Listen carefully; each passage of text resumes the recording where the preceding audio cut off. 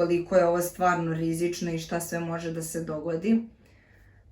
Ja sam izdržala do 32. nedelje, 2 dana sam ušla u 32. nedelju i mislim da sam super izgurala. Naravno, moje bebe su odmah prebačene na institut za neonatologiju i mi smo svi bili spremni na to. Rođeni su sa 1,550 grama.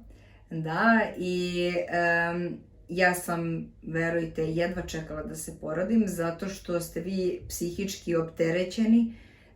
Da li se pomeraju, šta se dešava, da li su se zapetljali, nisu se zapetljali, šta da radim, da li sad ovo rade, da li sad ono rade. Jednostavno ne možete da ne mislite o tome koliko god želite i pokušavate da mislite o nekim drugim, petim, šestim stvarima, ali pogotovo pošto ste vi u bolnici i nemate ništa pametno da radite sem da razmišljate o tome. Meni su krenule kontrakcije i to baš bolne kontrakcije.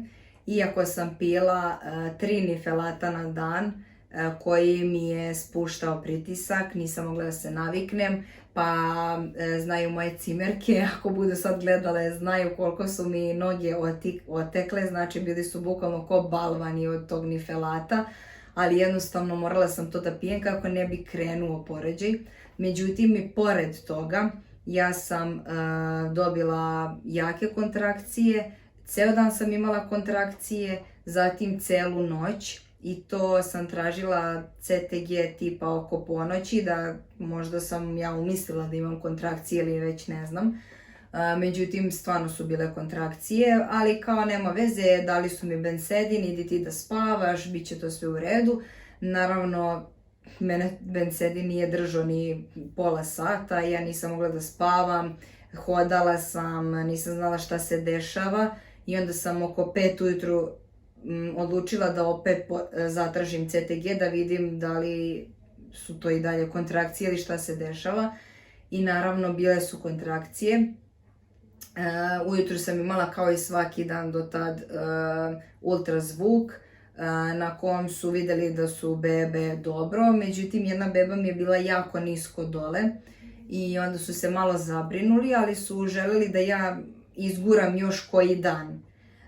Naravno, što je duže dete u vašem stomaku, to je bolje za dete i naravno svi to znamo, ali jednostavno kad imate kontrakcije i ne možete to da zaustavite, jedva čekate da se porodite.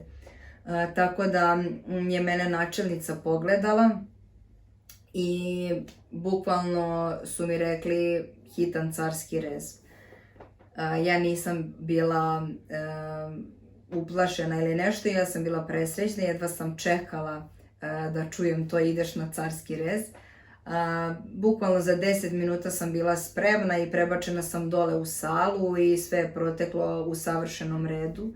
O tome vam mogu snimiti neki drugi video. Kasnije se uspostavilo da sam imala bakterije i da se zbog toga beba jedna spustila i zbog toga su mi krenule u stvari te kontrakcije i jednostavno nisu mogli više da zaustave. Jer sa ovom trudnoćom vi morate da idete na carski rez. Ni u ludom ludilu ne sme da vam krene prirodni porođaj zato što vi, opet ponavljam, ne znate kako izgledaju te pupčane vrpce i šta se dešava u vašem stomaku. Tako da ja se nadam da sam pomogla nekoj budućoj trudnici ili sadašnjoj trudnici koja ima isti ovaj tip trudnoće i koja nema gde, ukoliko ne zna strani jezik, ne može da proveri kakva je to trudnoća, šta je čeka, šta je ne čeka. I mislim da ne treba da razmišljate negativno, uvek razmišljajte pozitivno. Meni je doktorka prvi dan kad sam ostala u bolnici rekla, samo da znate, nama su se dešavale ove trudnoće i završavale su se kobno. Vi morate da pratite pokrete vaše beba jer mi ne odgovaramo ukoliko vam bebe, ne daj Bože, umru u stomaku. Na sve to, još je rekla, mi ne možemo da garantujemo da li će se vaše bebe upetljati ili neće, Na šta sam ja njoj odgovorila, naravno da se neće upetljati.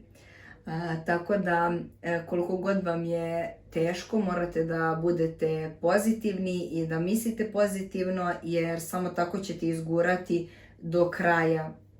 Dokad, kako da kažem, ja da sam mogla, oni su mene planirali za 34. nedelju da me porode, tako da trebala sam da razmišljam pozitivno do 34. nedelje, ali eto, ja sam izdržala 31 nedelju i 2 dana i porodila sam se. Tako da, kogod ima neko pitanje vezano za ovu trudnoću i ima istu situaciju kao ja, može slobodno da mi piše, da me pita šta ga zanima, jer verujem da ste s razlogom baš vi odabrani da nosite Momo Twins ili ti monohoriate, monoamniote, blizanačku trudnoću. Za sve postoji razlog i možda ste baš vi toliko jaki da možete da izgurate ovu trudnoću do kraja. Vidimo se u nekom narednom videu. Do tada, pozdrav!